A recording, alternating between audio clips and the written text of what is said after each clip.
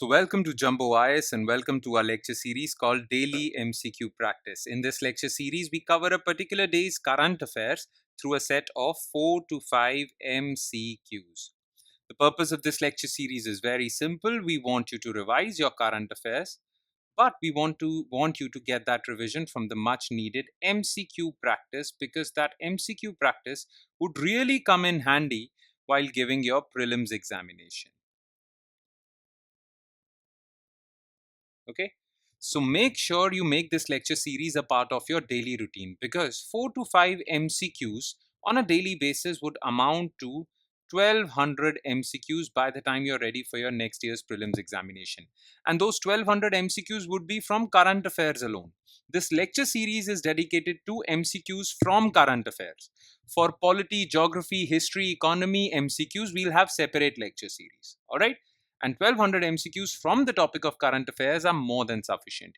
You won't have to worry about your current affairs portion while giving your prelims exam, provided you have watched this lecture series sincerely and consistently. Okay, so make it a daily habit of yours. Make this lecture series a part of your daily routine. All right, enough of the introduction. Now let's straight away jump into the lecture, starting with question number 1. Consider the following statements regarding Taiwan. Only 12 nations recognize Taiwan as an independent country, which includes India. Okay. Under One China policy, other countries recognize People's Republic of China as the sole representative of Taiwan and mainland China. USA does not adhere to One China principle and has full diplomatic relations with Taiwan. Okay. So listen. There is China and there is a small island country very close to China in the South China Sea called Taiwan. Now, the thing is, the government of China considers Taiwan to be a part of China, and it calls it One China principle. Under One China principle, Taiwan is part of China, and People's Republic of China is the sole representative of both mainland China and Taiwan. So, Communist Party of China should be recognized as the government of both China and Taiwan. If any country wants to establish diplomatic relations with China, they cannot recognize the Taiwanese government. Okay, they cannot. All right, this is One China principle. So almost all countries recognize China as the sole representative of Taiwan as One China principles and do not recognize Taiwan as a separate country. Only 12 nations recognize Taiwan as a separate country, which does not include India. India does not recognize Taiwan. India does not have full diplomatic relations with Taiwan. It has unofficial relations with Taiwan. Okay, so this statement is false because it does not include Taiwan. Sorry, India. Under One China policy, other countries recognize People's Republic of China as the sole representative of Taiwan and mainland China. Absolutely correct. USA does not adhere to One China principle. No. USA adheres to One China principle and does not have full diplomatic relations with Taiwan. It has cultural, unofficial relations with Taiwan, but it does not recognize Taiwan as a separate country. Even even USA follows One China principle. So this is also false. Okay, only one. All right. Question number 2. Which of the following statements are correct regarding euthanasia? Okay, or as they call it, assisted suicide, legal suicide.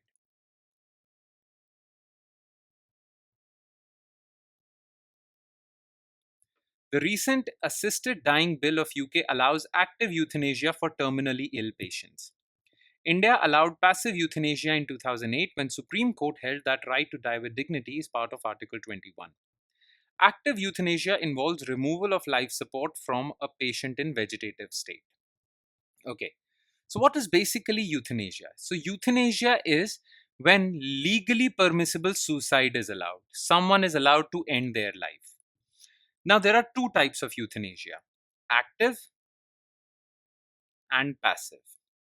So, under passive euthanasia, a terminally ill patient who is in a coma like state, okay, who is in a vegetative state and is alive because of life support system, whether that's a ventilator or something else, is alive because of a life support system, well, then you can pull the plug on that life support system or ventilator and that person can die.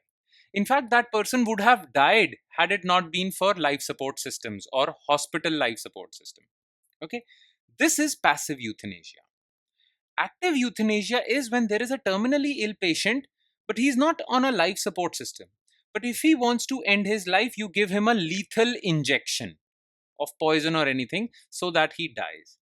This is active euthanasia. Passive is removal of life support machine. Active is you give them a dose of injection or you give them a dose of poison. All right. Now, the recent assisted dying bill of UK allows active euthanasia. Yes.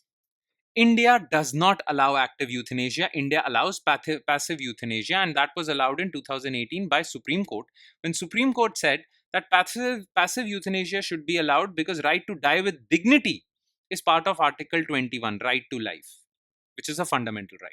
So this is also correct. Okay. Active euthanasia involves removal of life support. No, that's passive euthanasia. So this is false. 1 and 2 only. All right. Question 3. Consider the following statements regarding production linked incentive scheme.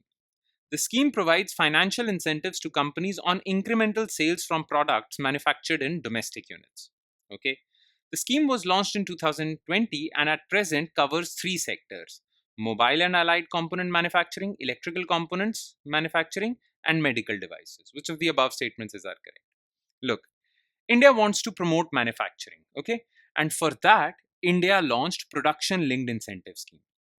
Under this scheme, companies who apply under this scheme would be given financial incentives by government of India, and those financial incentives would be linked to their incremental sales. Incremental sales means that, for example, in 2020 I sold 100 machines, okay, and in 2021 I sold 150 machines.